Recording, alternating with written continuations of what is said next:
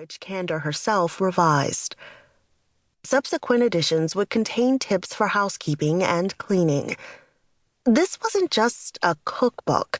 It was a manual on how to be an American woman.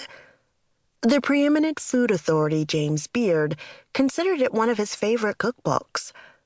The cookbook and its countless permutations meant a great deal, in particular, to Jewish American communities, passed along like talismans from one generation to the next. Candor may have been working with sincere intentions. She wanted safety for her people and, in particular, for women. But scholars today acknowledge that Candor's aims were also somewhat patronizing, born of what some would refer to as an Americanizing impulse. She wanted these women to mute any differences that revealed they were born outside of America. Whatever the case, it's hard to deny that Candor's book shifted the publishing landscape in America, creating a future in which immigrant women could write cookbooks on their own terms. Candor would keep revising editions of The Settlement Cookbook until her death at 82 in 1940. The same decade she died, World War II would end and more opportunities would open up in the American market for immigrant women to author cookbooks.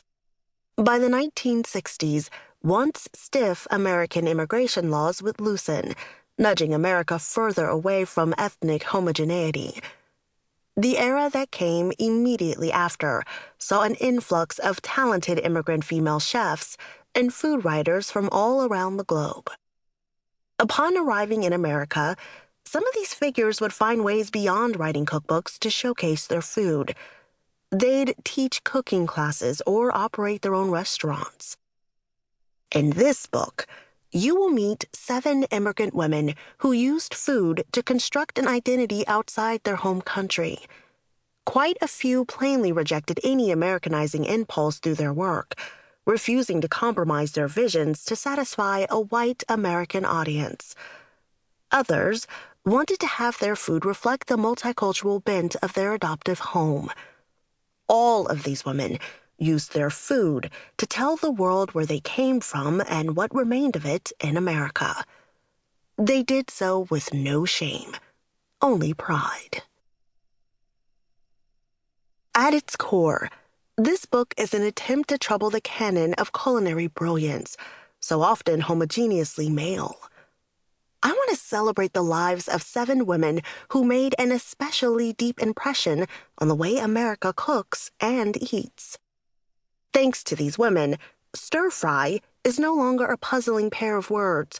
Just as most Americans now know, there is more to Italian cooking than pasta in a puddle of red sauce. The women in this book have all left their mark, but America honors some of them more than others. With this book, I seek to understand why. When I first had the idea for this book in the summer of 2017, I wanted to tell the story of immigration in America through the prism of food. That's not quite what this book ended up being. As I wrote, I found myself interrogating the very notion of what success looks like for immigrants under American capitalism, using food as my lens of narrative inquiry. Why focus on women, you may wonder? History is often sheepish in assigning authorship to women in any cultural sphere, including food. It follows, then, that immigrant women, many of whom are doubly marginalized, at the very least, are especially vulnerable to such cultural deletion. Capitalism can encourage artists, including chefs and cookbook authors, to suppress parts of themselves to cater to the market's desires. I started to see this book as a critique of capitalism, how it devalues labor to the point where it makes people into products, longevity in American memory contingent on your ability to sell yourself. These 7 women, their food, and what they represent could fall out of fashion due to the ebbs and flows of the market, through no fault of their own.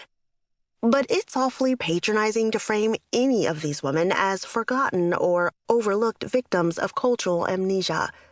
Such a narrative orientation renders them passive figures in their own stories. I've tried to define these women in terms of what they accomplished.